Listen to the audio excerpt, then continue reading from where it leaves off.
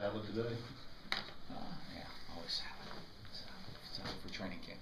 There's a lot of high-calorie foods around, so you can get yourself in a lot of trouble in training camp. How are guys holding up into the training camp? Good day today. You know, went indoors with all the rain yesterday, so I thought the receivers had a good day, and that probably is going to be a product of being indoors. You know, without the heat fatigue on their legs, and so I thought, you know, they're catching the ball well. And you know, the other part is you have, you know, a good group. You have a bunch of seniors like we have at the receiver position, older guys you have at that position. You know, start getting into the more daunting days of training camp, which you're about to hit that wall. You know, you're almost done with installation. You know, I think tomorrow we got like some goal line and red zone stuff, but basically you're done with the majority of your installation. You know, can start to really weigh on guys, and you know, those guys have been through it. They're experienced. Probably could have installed everything day one. They know the system. So I thought they're doing pretty solid just as a whole group. I mean, Chris and Chad and Brandon and Arcito and you know, Rico, all the older guys I'm not missing. They probably, you know, even you know, when the younger guys, you're looking at Joe Morrow and Robert Johnson and Jamion Lewis, have been here for a little bit, you know. So I mean, even when you look at who the younger guys are, they have that kind of background.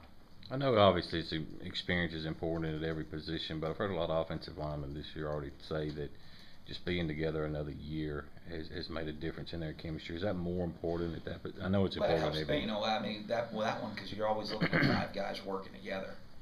You know what I mean? You get an offensive lineman go the wrong way, it's going to be a bad play.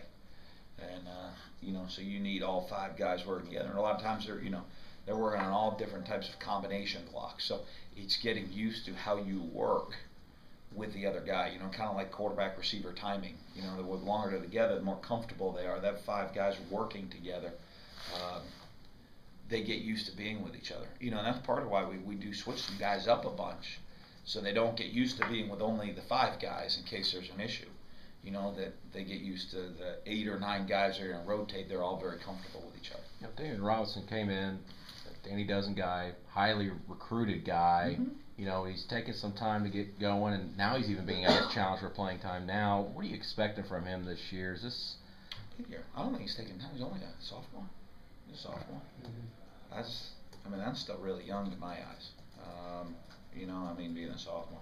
Very rarely will you see a freshman play in the SEC. You know, I mean, become a starter or a major impact player. So, you know, for him, I think his career has gone pretty much right on schedule where we'd expect it to be right now.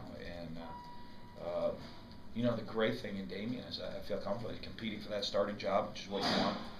You know, as a sophomore, which would be pretty good to be a starter as a sophomore. But he's also going to get a lot of playing time, I think, you know, for us. And I think he's one of those guys that gives you flexibility where he's not really a locked into a position guy. You know, I think he has the talent to play guard or tackle. And when you have that, you know, that'll allow him potentially to be a swing guy for us too.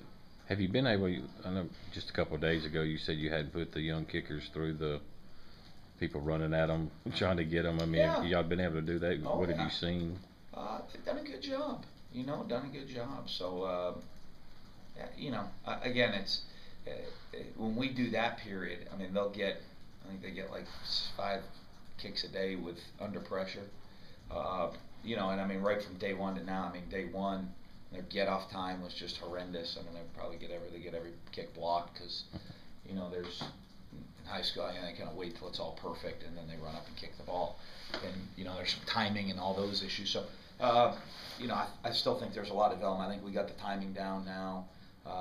They got the trust factor down now, and now we're just going to get there and chart, you know, over a longer course. One nice thing, I guess, with kickers, statistically, you can chart them. We'll chart them throughout camp and throughout even game week until we come up with who we feel statistically is going to be the best opportunity. With Egan not out there yet, where is that field goal to? I mean, I'm not a starter, but I mean, I'm not. You'll know whoever, if we score a touchdown in the first game, whoever goes to kick. I don't even think about any of that stuff yet. So I mean, to be honest, I haven't looked at the statistics. I don't even want to look at the statistics now. You know, I mean, we'll do that in a couple of weeks. You know, I just want to get a mass accumulation of numbers. You got your 2-point plays ready. Yeah, for sure. You know, might not punt or go for two, right? Aren't there some high schools that do that and stuff like that? Yeah. Refuse to ever kick. It's like a whole thing It's about a it. big deal, Yeah. right? I'm gonna have to get that book. I'll join the club.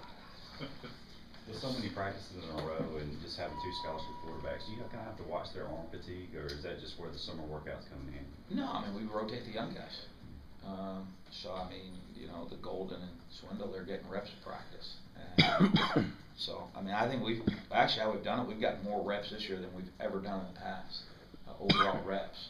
And so what we're doing as coaches is you're force feeding young guys, now as, you look over sometimes, you might not be as happy, or like, what was that decision, what do we do? And then it's a young freshman quarterback making that decision, so, you go back and, if I saw one of our older guys make it, I wouldn't have been very happy, but, you got to coach them up, and they're digesting things, and they're getting great opportunity to get a lot of reps.